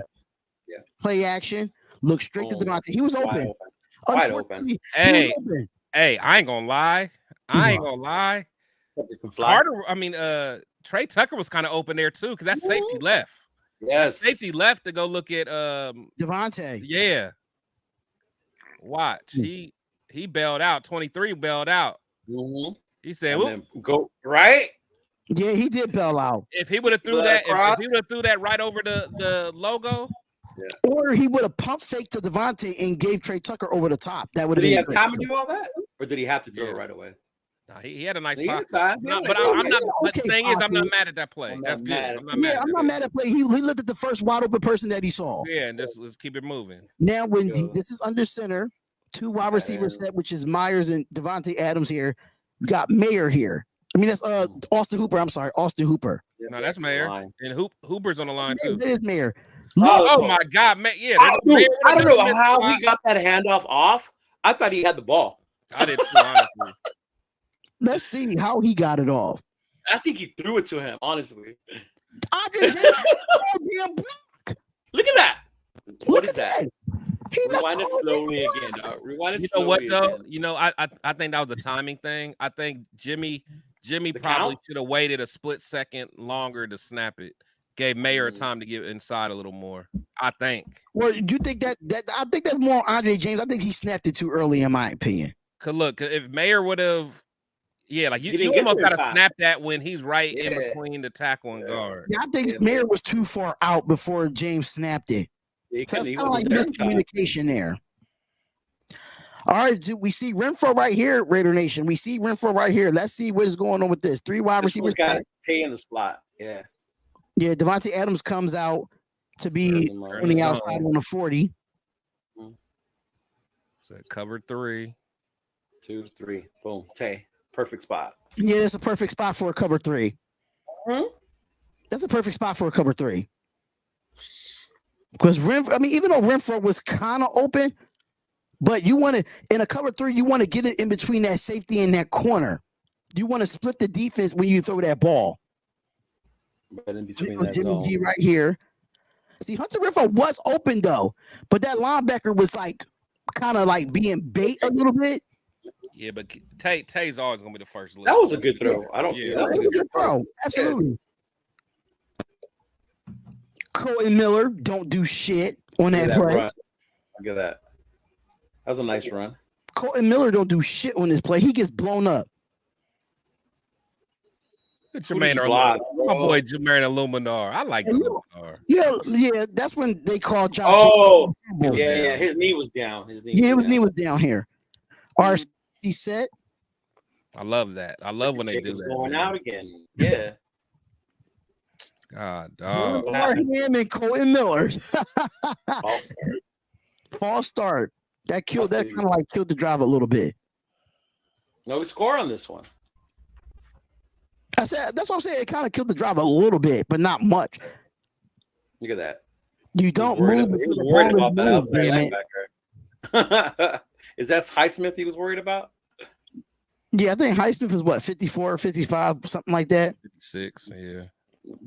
All right, so on the blitz, steps up, throw. Good play. Nice throw. Good play. That's a good throw. Let me rewind that back. I want to see other receivers open. Not really. Not really. Now, but I mean, Tay kind of was like I'm telling you, man, like, yeah. the play calling is cool, man. It's like there's players open on every play. When people say that Hunter Renfrow ain't getting the look, right there on that play, he couldn't get a look. He couldn't get a look on that play. Yeah, but what See from this here. Look at that. Yeah, safety was on top of great play. Yeah. Great play. Great play. The safety was coming up over Renfrow, the linebacker underneath. Mind you, we still in the first quarter. I mean, we just going to do the first quarter, and this is the. Oh, I hate when by they do that with Good play by Jimmy. I hate when they do that shit though. The thing about it is, though, they try to say it was short. Remember, they try to say that shit was short. Yeah.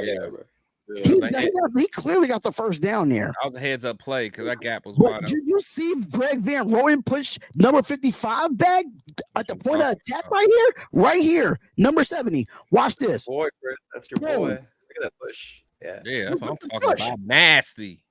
And maybe Jimmy should have got it. We need nasty blocks like that every damn down. Should have went a little more outside with that. But yeah. This is an I formation set right here. Meyer here comes in motion. Look at this. Beautiful call. Look at this. Beautiful. You can't get me. Adams had to come back to that though. I like that. Yeah. Adams had to come back to that. But like this is the kind of stuff is like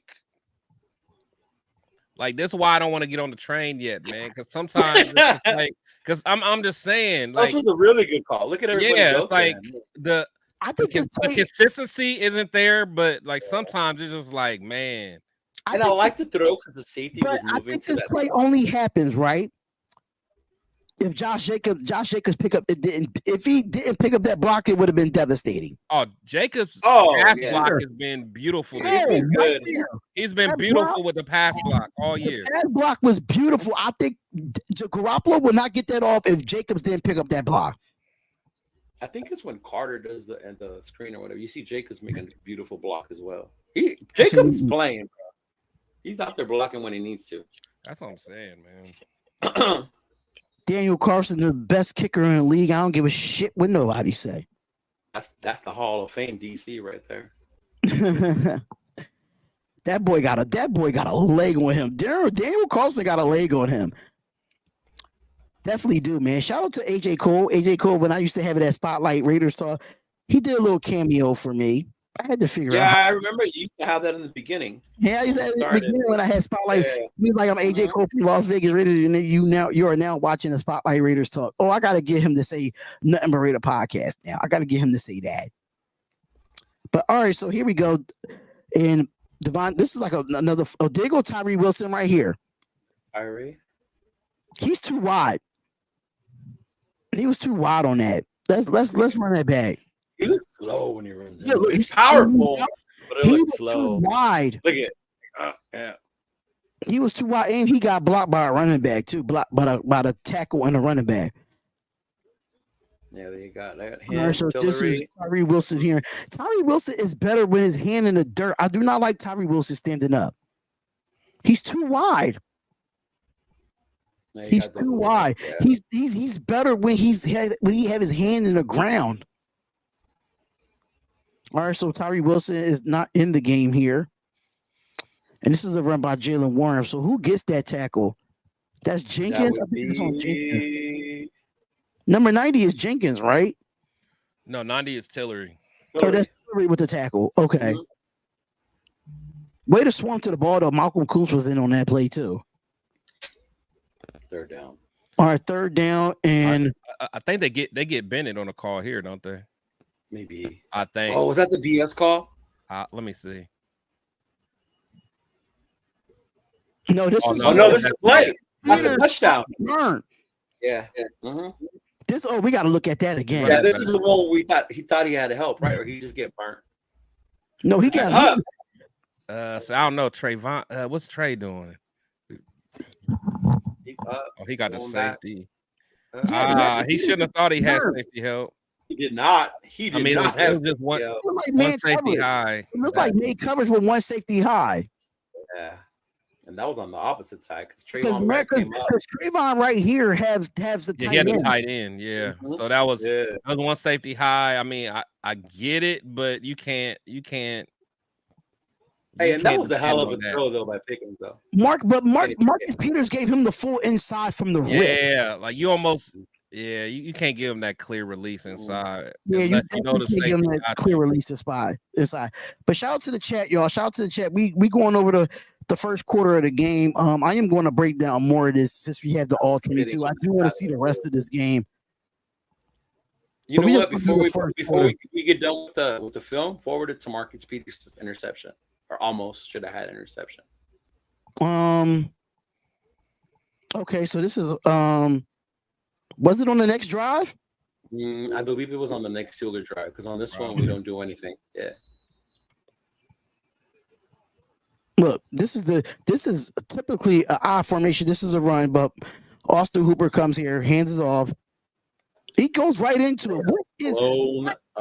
What is Grant Van Roten doing right there? This is horrible. Or Luminor, one of them. Let me see how this works. Where's Jacob Johnson? Jakob. Yeah, that's on the Luminor. Look at that. Oh. TJ Watt. Come on. But you want to go to the Marcus Peters pick? Yeah, or should have had pick. Yeah. All right, so that one was a miss. Yeah. That was just bad communication with Amir Abdullah. So I think it's on this drive, if I'm not mistaken. I think so too. Yeah. Because then after this, we just hold them to field goals. Mm-hmm. Yeah. Yeah, we just hold them to field goals here. So yeah. AJ Cole, another big foot and leg that he has. But this Calvin Austin is a speedster. He's a speedster for real. You saw it on that pass. That boy got wheels. Yeah, he got wheels. All right, so this is a 4-2. This is a real 4-2-5 right here. Because they even got Masterson in the game. Yeah, Masterson came in. Here it is. Oh my God! Marcus Peters, you got me, Marcus Peters. You look directly at Kenny Pickett the whole time. He knew it. He knew he had it, bro. He knew it. He played it so well. Oh my God, yo, he played it so well. Especially after giving up that big play, if he would have made this one. Look, he went right off his man. And Joe, that is a pick six, yo. Nothing but. Look at that. That is a pick six. This is the view I had actually watching it from the stadium. I was looking at it from this side. Oh my God, bro. He looked right at 83 to come out the flat right here. I don't like. It was nobody to get that pick. Oh, you know how would it change the game for that? Yeah. You don't like Tillery on the edge. You've been saying that. Yeah, I don't like Tillery at end. Like not at a 4-3 end. Mm-hmm. But my God, bro, wild, right? For Marcus Peters, for real, my God. I'm telling you, bro. Oh, I can't wait Queen B, what up, film, girl? Man. I can't wait to do this film. But that's some of the film that we wanted to break down from that first quarter. I know you're going to look at it some more because I know that film is like an hour and like 30 minutes of game film. Yeah, I wasn't here all night breaking that down. But from what y'all saw in that first quarter, like quick thoughts. Well, I mean, I was going into the second quarter as well, but quick thoughts of that quick breakdown of the all 22. I think I go back to what I said in the beginning about the D doing a good job and the offense just not being consistent, from that first quarter, from that first quarter right there. The D did their thing, other than that big play they gave up, that was on Marcus Peters, we knew getting him, that was going to happen occasionally, he's not as fast as he used to be, but yeah. I like what I see the potential in the offense. I don't know, something's got to click if it's, yeah. Mm-hmm. Chris, what's your thoughts on it? I mean, first quarter is kind of hard to say, is because it really wasn't the meat and potatoes of the game. But the defense played well. Besides, giving up that long play, they came out with good energy. I think, until we figure out that run block, man, just that for some reason we just don't got that dog mentality when we're run blocking. So I don't know. So it's just one of those things. We just got to figure it out, huh?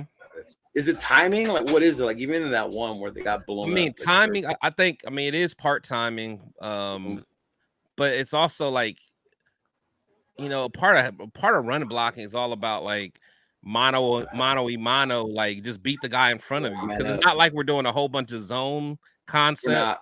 You know what I'm saying? So it's a lot of power. So it's like, you know who you're going to block before the snap happens, and you just got to beat that guy. And it's like, we're not winning those one-on-one matchups. Yeah. Mm-hmm. Yeah, man. Listen, I'm gonna look at more of this film tonight and do a little bit more breakdown of it. And I might just watch it from the phone now instead of being in front of this computer, because I am going to lay down and I got to be up at like 4:30 in the morning on my time. There was more mixed formations than maybe I realized in the first quarter. Right. Even when we see Lucas go out to the outside. Yeah. Mm-hmm. Yeah. Yeah, I mean, I think the first quarter was pretty solid for us. I'm not going to be honest. I think that it was pretty solid for us in that first quarter. But John Rader said he has a question: who gets fired first, Brandon Stanley or McDaniels? Week 4, will Ayton? The loser is going to get fired, bro. or will Justin get McDaniels fired? You know what? So for our hope, I hope it's Staley. But the thing is, Justin Herbert. I mean, Herbert's playing good. So Herbert's playing good. Yeah, Herbert's playing good, but like Brandon Staley's play call. We talk about Josh McDaniels' play calling. Now Brandon Staley's play calling is just fucking terrible. His but hold on, though. I don't even think his play calling is bad. I don't even think Staley. It's not even as bad. I just think his situational shit, like why are you going for it at this point? Like, why are you going for it when you're at your own 12-yard line? You know what I'm saying? Like, it's like stuff like that for him. But I mean, if you think about it, they got one of the top offenses in the league, man. Yeah, that's what I'm saying. They put a point. But Brandon, he don't call the plays though, because he don't call the plays. But I just think the decision making in situational, situational decisions is hindering him right now. Because he's supposed to be. But what I will tell you, Brandon Staley would have went for that 4th and 4. Shit. I mean, he would have 4th and 12. I'm not going to think about that one. I don't know if he'll go for it, bro. I don't know. Staley? I don't think he will. Oh, hell yeah. Staley don't give a damn. I will go with any other coach in the league. Oh, nah. I will not pick Brandon Staley to say go for it. No, you know why? Because Brandon Staley is the same one decided not to go for the field goal not to go for the field goal and just go for it on 4th down for both of our teams to be in the playoffs that year. And he decided. That's what I'm saying. He's overly aggressive. No, I'm sorry. Nah, honestly, they should have beat us that game. He should have kicked that field goal. We're still with that. They should, but they didn't. Yeah, but that's what I'm saying. He's overly aggressive. So that 4th and 4 would have been nothing for him. He'd been like, hold my beer.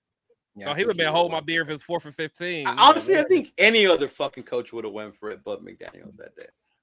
And that's crazy because he's an offensive guy. Like if it was a defensive coach, like I said, like the Jets coach or something, I would understand. But not an offensive coach, man. I think the most frustrating part was the feel for it. Like you have to have something in your back pocket that can get you 4. Yes, exactly, bro. 4 fucking yards. There's so many offensive play calls that you could call on a 4th. That's your whole playbook. You know everything. You have everything. No, I was everything. I mean, not everything, but about 75% of your offense. Yeah, at least 75%. It's not like it was long. It's 4 fucking yards. He's got to have those plays in the book. Yeah, you gotta see. That's where it comes into training camp and comes into preseason for situational things like that. You know what I'm saying? So that's where you practice during the week in them situations, especially on like 4th and 4s or 4th and 3s or whatever. Do we really see Brandon Staley getting fired though? I mean, he's on the cusp. He's on the cusp of being fired. But I think he might be out of here. If the Chargers don't make the playoffs this year, he's out of here. Oh, bro, they have way too much talent not to fucking be. I mean, if they make the playoffs and they can't get past the wild card or divisional, I think Brandon Staley's out of there. Oh yeah. It depends on how if they make it and they lose, it depends how they lose. If they blow another fucking lead or choke like they did last year. Well, like they did last year, yeah. Yeah. Yeah, I think the thing with Staley is you got a up and comer that a lot of people want to see a head coach anyway, right under you with Kellen Moore. So therefore, you know what I'm saying? Like someone like McDaniels, like if we lose him, then what? Who we go to? Rob Ryan or you know, like realistically to coach the team. At the end of the year, it is some coaches out there that's going to be looking like a Dan Quinn or Raheem Moser, even Raheem Morris. I mean, not Morris, Moser. Raheem Morris. I think Raheem Morris is a good head coach. Where's he at now? He's still Tampa Bay. Where's he at? He's the defensive coordinator with the Los Angeles Rams right now. The Rams. He's defensive coordinator there, but there's a few young offensive coordinators that you could look at. I forgot the offensive coordinator's name from Miami. They're looking at him. It's a few the guy Raider Scout. His Instagram is back up. It's called lvraiders.scouting or something like that. But he did put on his Twitter a list of coaches' names. I did name them on the Reaction Monday. Can't think of it off the top, but I know Dan Quinn was on that and Raheem Morris was on that list. But there was some other notable names if you do decide to fire Josh McDaniels. But for me, I think if you decide to, I don't think it will happen, but if you decide to fire Josh McDaniels, I think you should go younger with your offense, with your offensive-minded coach. Hey, Chris, let me ask you this: Hardball. Nah. Leave Harbaugh alone. Harbaugh's good where he's at. No, it's not even that, Chris. I don't think Harbaugh don't want to come back to the NFL. Oh no, I was just he keeps flirting with it, and it pisses me off as a Michigan fan. And flirt. That's why I say it. Because he he does does that down and refute all them reports. That's what I don't like about it. But he does flirt with it. I don't want Harbaugh to be the Raiders coach at all. Because because honestly, I think there's a certain coaching style that works well with like pros, and I think like Harbaugh would be good for a short time, but after a while, it's like I think he likes the control that he has in college football when it comes to recruiting and the transfer portal. He knows how to run a college football team without. Now, in the NFL, it's a little bit different. You got to go through your owner, your GM, or who you want to draft and who they want in the draft too. It's totally different. And plus, you can't Harbaugh need to stay in college, man. You can't talk to millionaires making more money than you any type of way, and that's why I always laugh when people are like about prime. When people are always like, let's go get prime time. Like, no, that's exactly why he ain't gonna do it. For one, he would never go to the NFL because it would be a disaster. He don't want to coach there. It would be a disaster anyway. Like he said it himself. All them little riddles and stuff ain't gonna work for a guy that's making millions, all the millions. You know what I'm saying? Right. Now, when you got a kid, you know what I'm saying? Because the thing with Prime at Colorado, his main thing was like, look, if I don't want you, I'm gonna get rid of you type of thing. Like, you know what I'm saying? Like Right. if you don't go with my culture, I'm gonna get. You can't do that in the You NFL. can't do that in the NFL, Yeah, you know, okay, because you got contracts involved in the salary cap when you Exactly, release people. exactly. It's Like too if much someone of a don't listen to you, headache. you can't just be like, go. Like, oh, I don't want none of my players wearing chains or whatever. You know, like he has rules. Yeah. I don't His want my rules like players that. wearing black or whatever. It's like you can't honestly, and that's why Urban Meyer didn't really work at Jacksonville. Like he was yelling at these grown ass men, and they looking at like him they were like fucking college kids. yeah, like he kicked the kicker. You know what I'm saying? It's like that ain't gonna work, man. And that's why That he's was not on. I think it's college football game day on Fox, if I'm not mistaken. That's why he's an analyst in college football, because that's where his success is at, basically. But Nick Saban, he didn't do well. I mean, NFL's not for everybody, man. No, it's not. It's definitely a different monster because coaching athletes. It's for some coaches, but not all coaches. Yeah, not all. If you want to come in, not and all be, college coaches. If you want to be a college football coach and come in and be a coordinator, now I'm fine with that. Start there. You know who it was for? Was but Pete Carroll. coming to get a head coach. Pete Carroll, yeah. Pete Carroll did it. He had that coach, though. He had that culture in USC, and then he brought that shit up to Seattle. Pete Carroll is just a good coach because he relates to the players better than almost anybody in the league, damn near. Yeah, I don't think nobody relates to the players better than him. Now they love playing for that dude. Exactly, that's what I'm saying. That's they what love I'm saying. Playing for that dude. Yeah, but you know, we just have to wait and see. It's still 3 weeks into the season. It's a long year. So we might come back to this and look at this and be like, oh shit. Well, you just never know. I'm trying my best to be optimistic, but I'm like I said, I'm worried. I'm like with Chris. I got the ticket, but I'm not on the train yet. Nah, you on the train. Nah, you've been on the train. No. If I was on the train, I thought you was up front. If I was on the train, I would have been playing on the midnight train to Georgia with Gladys Knight in the Pips. Okay. You thought he was riding with Maine in Georgia? Yeah, I would have been playing that. But I'm not on the train. Where you at? Are you on the train already? I told you already. I commented on your thing. I got a token, so I'm patiently waiting. I bought the token. So wait, I mean, but you're on the train though. Like you got the token. I got the token. I'm just trying to see what time we're leaving. Yeah. Okay, but are you like? So you're leaving? Like you're already there? Or are you gonna wait for the game? No. I'm waiting for the game, of course. Okay. I know what? Not even this game. I still want to see more better from. Like we saw earlier in the season. We predicted 10, 11 wins, whatever. I don't give a fuck if we're 6, 7 wins. But if we fucking compete and they're showing it and we're just missing here and there, I'm cool with that shit. I'm cool with another year of this, you know? But if we get blown out like we did in Buffalo. Now I'm going to say this. This is going to determine when I get on the train. Week 10. Week 10.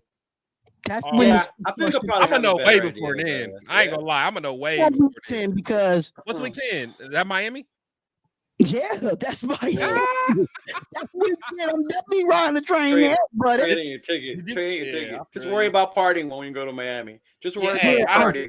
I don't even want to think about the Raiders going to that game because you got to fill in that high power offense if they healthy around week 10, bro. I'm watching the replay of Denver Miami right now, Chris. Listen, I don't care. Listen, I want to be drunk at the game because I got a feeling about this game with Miami. I just want to be drunk.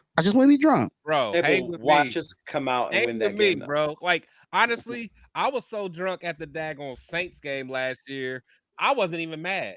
I had such a good time. I'm trying to be. I had such a good time. I'm trying to be. I partied, and then after the game, I went out on Bourbon Street and partied some more. Everybody else was all pissed. I'm like, I ain't gonna let these Raiders mess up my damn day. I had a hell of a time. I don't care what nobody say, man.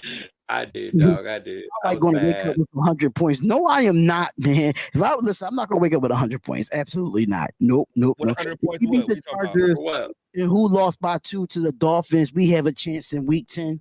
Hey, we beat the Chargers. I ain't throwing it out there to the universe yet. But you never fucking know. You look at what happens, man. It's all about this run game. If we just for some point get this run game going, it's going to be way different than y'all think, man. Mm-hmm. But it's got to get going, though, bro. Yeah, it's like Jimmy has to throw 44 going. times, and it's going to be. Our offensive line got to get better, and the run game got to get better, just overall. So once our offensive line gets the clicking, then we see the holes open up for Josh Jacobs, and you see more comfortability from our quarterback as well with the offensive line. So, Josh with that being said, y'all, what? I don't think you could even do that shit in Madden, bro. Okay.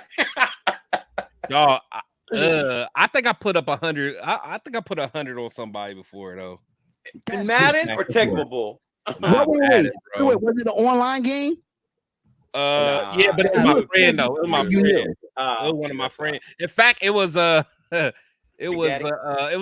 Denver fan that came on my show after the game. Oh, okay. Yeah. Man, I would have quit. I put 100 piece on him. I put 100 piece in a biscuit. Playing when you listen, I would have quit at 50. I ain't let him. I don't think I would ever play again. If you wouldn't have let me, Chris, I would have turned my whole system off. It was like, let's run it. Nope. I would have forced it. I would have turned my system off. Like, I would never have played again, dog, if I lost 100. The same for me. I would have been. No, it's that, and also 100-0. Hey, wow. but you also know when you're up by 21 points in the first quarter, that little screen that comes up. Yeah. The friendly. I love getting them with that. It'd be like, it'd be like, it basically said like, you suck. You might not want to play anymore, type thing. Yeah. Like, consider not playing no more. Whatever it says. Listen, if I don't score no points by like the second quarter, and you up like 35-40, I'm quitting. It gives you the option. It gives you the friendly out, right? Yeah, Chris is I don't care. If Chris ever does that to me and he doesn't force I'm not letting you quit. I am unplugging my system. Fuck him. I am unplugging my system. I'm gonna force that shit to happen. Man, I was going for 2-point conversions. I'm like, right, man. No, Chris was probably going for it on like 4th and 21. I had like 7 pick sixes. Like I was just killing it. That is just terrible. I would have been. It was nasty work. After the third pick, I would have quit. The third pick is enough. I had more interceptions than he had points. That's wild. Sad. That's sad. And I wouldn't let hurry up and get your PS5, dog. That is sad. Oh my god, that is sad. But you need to get your next gen console so we can play, dog. You can't crossplay till you get I'm gonna do you the same way. Oh, we'll find out. Oh, no, you won't. No, you won't. Man, when I get the new Xbox, then we can crossplay. I gotta get the new Xbox. I gotta get it. I'm very nice. But the thing is, I only play with the Raiders. That's me it. Too. Me too. But like that's all my that ultimate stuff, team. Like, yeah.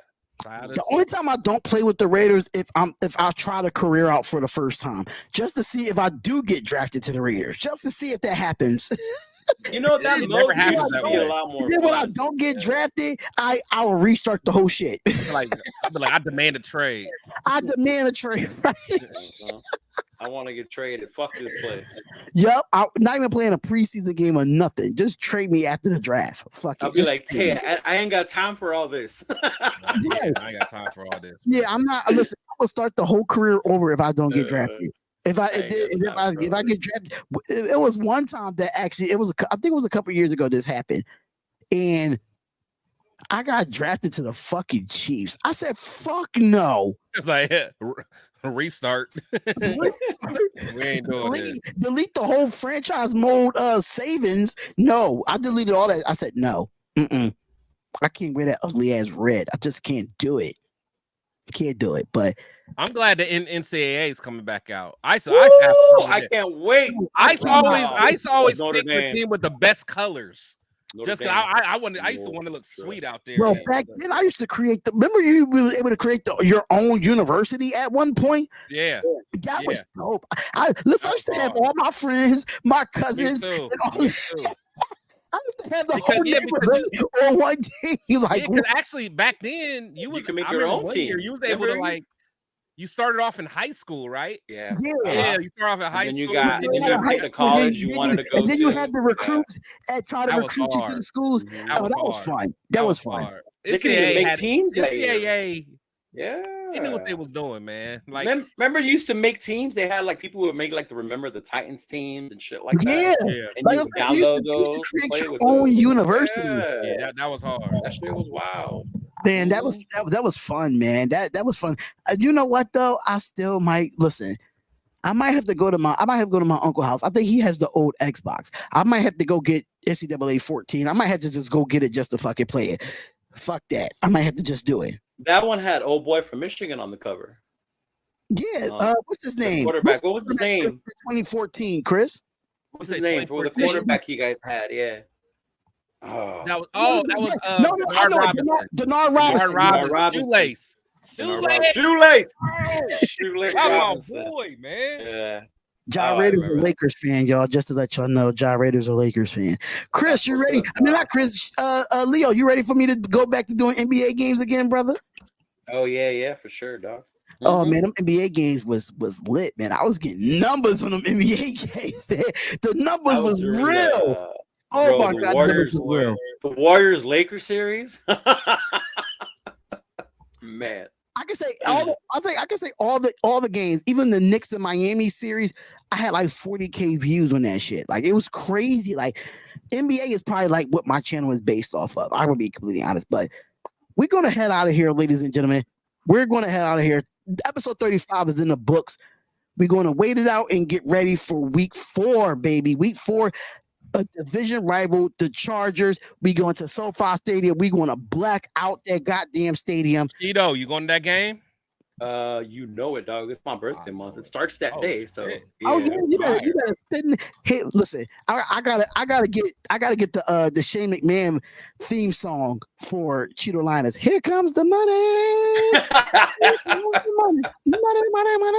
Yeah, because you got money like that, bruh. You got money like that.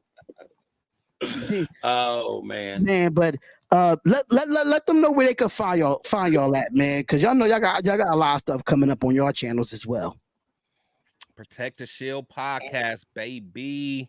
Y'all know where to find me on all platforms, man. You know, I'm trying to get my Twitter up. You know, holler at me on there. A lot of you guys do, man. So I appreciate seeing. Did you start tweeting for real? Huh? You started tweeting for real? Yeah. I've been tweeting a little bit. You know, I'm tweeting. A little bit. You know, I'm trying to shy away from Facebook, man. I don't mean to cut y'all off, but my Philadelphia Phillies just made the wild card on a walk-off in the 9th inning. Let's go. Let's go, Phillies. Yeah. I'm sorry. It's about time y'all gotta get that out, man. It's about time y'all join the playoffs. Dodgers over here waiting like, hey, man, when the playoffs start. Last year. What you mean? Just in the World Series last year off the wild card. We'll see. Yeah, how about them Dodgers try to make it to the World Series, unlike us? I mean, we've been there. You've been there, but you lost. Talk that talk. Yeah, but when the last time the Dodgers been in a World Series? 2020, we won. Please. That's 3 years ago. What have you done for me lately? Done for me lately? We won it. You lost it. What have you done? We've been there. But you lost it. There. But you lost. You had the best roster in baseball and you couldn't get there. You lost. Doesn't matter. We can't listen. My Phillies is overachieving every year. We're the first thing you said was, "What have you done for me lately?" Yeah, but what have you done for me lately? Meaning that the Dodgers have not been there in 3 years. 3 years. Yeah, y'all won it 3 years ago, but y'all have not been there in 3 years, and y'all still have the best roster in baseball. When was the last time the Phillies won it?